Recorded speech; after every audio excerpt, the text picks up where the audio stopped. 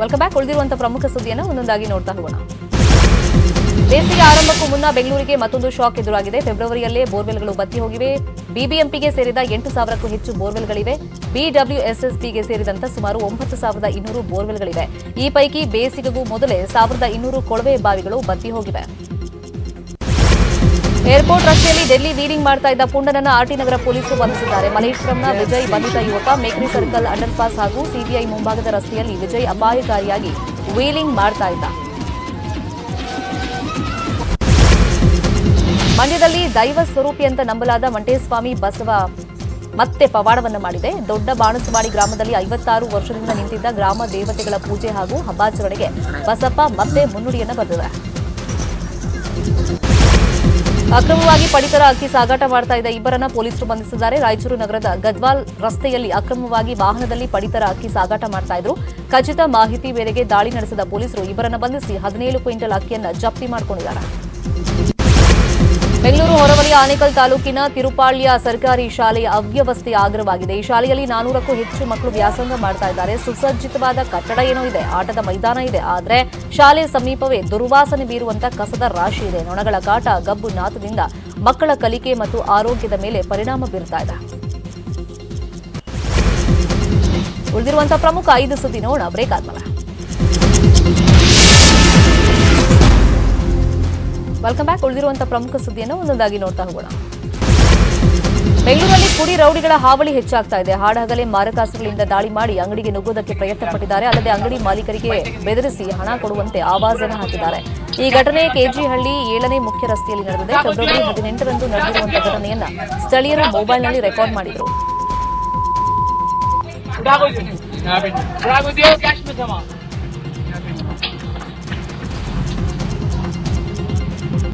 पैसे कितने दे लो पैसे कितने पूरे ढाको दे लो कैश में रख दे लो ढाको दियो कैश में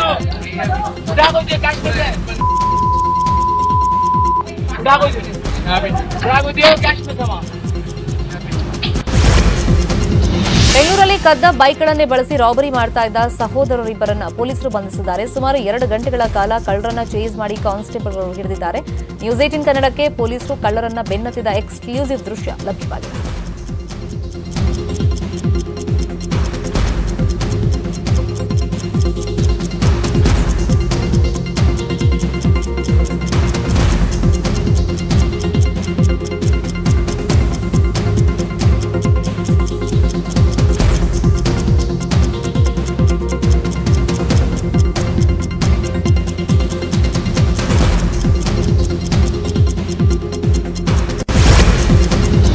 ನಟ ಧನ್ವೀರ್ ಅಭಿಮಾನಿ ಮೇಲೆ ಹಲ್ಲೆ ಮಾಡಿದ್ದಾರೆ ಅನ್ನೋ ಆರೋಪ ಕೇಳಿಬಂದಿತ್ತು. ಈ ಕುರಿತು ಹುಬ್ಬಳ್ಳಿಯಲ್ಲಿ ಮಾತನಾಡಿರುವಂತಹ ಧನ್ವೀರ್, ಇದರ ಹಿಂದೆ ಕಾಣದ ಕೈವಾಡ ಇದೆ, ನನ್ನ ಬಳಿಯೂ ಸಾಕ್ಷಿಗಳಿದೆ, ಅವೆಲ್ಲವನ್ನೂ ನಾನು ನೀಡ್ತೀನಿ. ಮೊದಲಿನಿಂದಲೂ ಕೆಲ ಕಿಡಿಗೇಡಿಗಳು ಈ ರೀತಿ ಮಾಡ್ತಾ ಇದ್ದಾರೆ. ಸಾಕ್ಷಿ ಸಮೇತವಾಗಿ ಮಾಧ್ಯಮಗಳ ಮುಂದೆ ನಾನು ಬರ್ತೀನಿ ಅಂತ ಹೇಳಿದ್ದಾರೆ.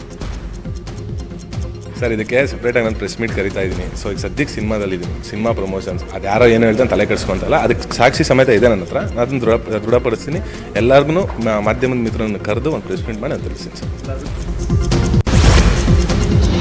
ಪುನೀತ್ ರಾಜ್ಕುಮಾರ್ ಅವರ ಮಾವ ಭಾಗವನೆ ರೇವನಾಥ್ ಹೃದಯಾಘಾತದಿಂದ ಕೊನೆಯುಸಿರನ್ನ ಎಳೆದಿದ್ದಾರೆ. ಅಶ್ವಿನಿ ಪುನೀತ್ ರಾಜ್ಕುಮಾರ್ ಅವರ ತಂದೆ ನಿಧನದಿಂದ ದೊಡ್ಡ ಮನೆಯಲ್ಲಿ ಶೋಕ ಮಡುಗಟ್ಟಿದೆ. ರೇವನಾಥ್ ಅವರಿಗೆ 78 ವರ್ಷ ವಯಸ್ಸಾಗಿದೆ.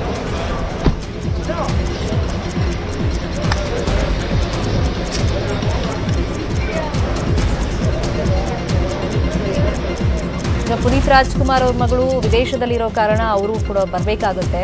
ಹಾಗಾಗಿ ಮಂಗಳವಾರ ಅಂತಿಮ ವಿಧಿವಿಧಾನಗಳು ನಡೆಯುತ್ತೆ ಅಂತ ಈಗ ಮಾಹಿತಿ ಲಭ್ಯವಾಗ್ತಾ ಇದೆ. ಇನ್ನು ದೊಡ್ಡ ಮನೆಯ ಫ್ಯಾಮಿಲಿ ಮೆಂಬರ್ಸ್ ಎಲ್ಲರೂ ಕೂಡ ಆಸ್ಪತ್ರೆಗೆ ಬಂದು ಅಂತಿಮ ದರ್ಶನವನ್ನು ಪಡ್ಕೊಂಡು ಹೋಗಿದ್ದಾರೆ. ಅಶ್ವಿನಿ ಪುನೀತ್ ರಾಜ್ಕುಮಾರ್ ಅವರಿಗೆ ದೊಡ್ಡ ಮಟ್ಟದಲ್ಲಿ ಆಘಾತ ಇದು. ಯಾಕಂದರೆ 3 ತಿಂಗಳು ಆಗಿದೆ ಅಷ್ಟೇ ಪುನೀತ್ ರಾಜ್ಕುಮಾರ್ ಅಂದರೆ ಅವ್ರ ಗಂಡನನ್ನು ಕಳ್ಕೊಂಡು. ಈಗ ತಂದೆ ತುಂಬ ಸಪೋರ್ಟಿವ್ ಆಗಿದ್ರು, ಬೆಳಿಗ್ಗೆ ತನಕ ಆರಾಮಾಗಿದ್ರು. ಇವತ್ತು ಬೆಳಿಗ್ಗೆ ವಾಕಿಂಗ್ ಹೋದವ್ರಿಗೆ ಈ ಥರ ಹಾರ್ಟ್ ಅಟ್ಯಾಕ್ ಆಗಿದೆ, ಅವರು ವಾಪಸ್ ಮನೆಗೆ ಬರಲೇ ಇಲ್ಲ ಅಂತ ಹೇಳಿದಾಗ ದೊಡ್ಡ ಆಘಾತ ಅಶ್ವಿನಿ ಪುನೀತ್ ರಾಜ್ಕುಮಾರ್ ಅವರಿಗೆ. ಈಗ ತಾನೇ ಚೇತರಿಸ್ಕೊಳ್ತಾ ಇದ್ರು ಅಶ್ವಿನಿ ಅವರು.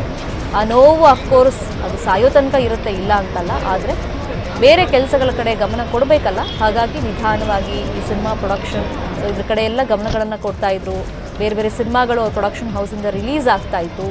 ಈ ಟೈಮ್ನಲ್ಲಿ ತಂದೆ ಕೂಡ ನಿಧನರಾಗಿದ್ದಾರೆ. ಕಠಿಣ ಪರಿಶ್ರಮ ಮತ್ತು ಸಂಕಲ್ಪವು ಬಹುತೇಕ ಎಲ್ಲವನ್ನೂ ಸಾಧ್ಯವಾಗಿಸುತ್ತೆ. ನ್ಯೂಸ್ 18ನ ಉಪಕ್ರಮದಲ್ಲಿ ಬೈಜೂಸ್ ಅವರ ಯಂಗ್ ಜೀನಿಯಸ್ ಸೀಸನ್ 2ನಲ್ಲಿ ನಾವು ಅನೇಕ ಮಕ್ಕಳನ್ನ ಕಂಡಿದ್ದೀವಿ. ಅವರು ತಮ್ಮ ದೃಢ ನಿರ್ಧಾರದಿಂದ ತಮ್ಮ ವಯಸ್ಸಿನಲ್ಲಿ ವಿಶೇಷವಾಗಿ ಅಸಾಧ್ಯವಾದುದನ್ನ ತೋರಿಸಿಕೊಟ್ಟಿದ್ದಾರೆ, ಸಾಧನೆ ಮಾಡಿದ್ದಾರೆ.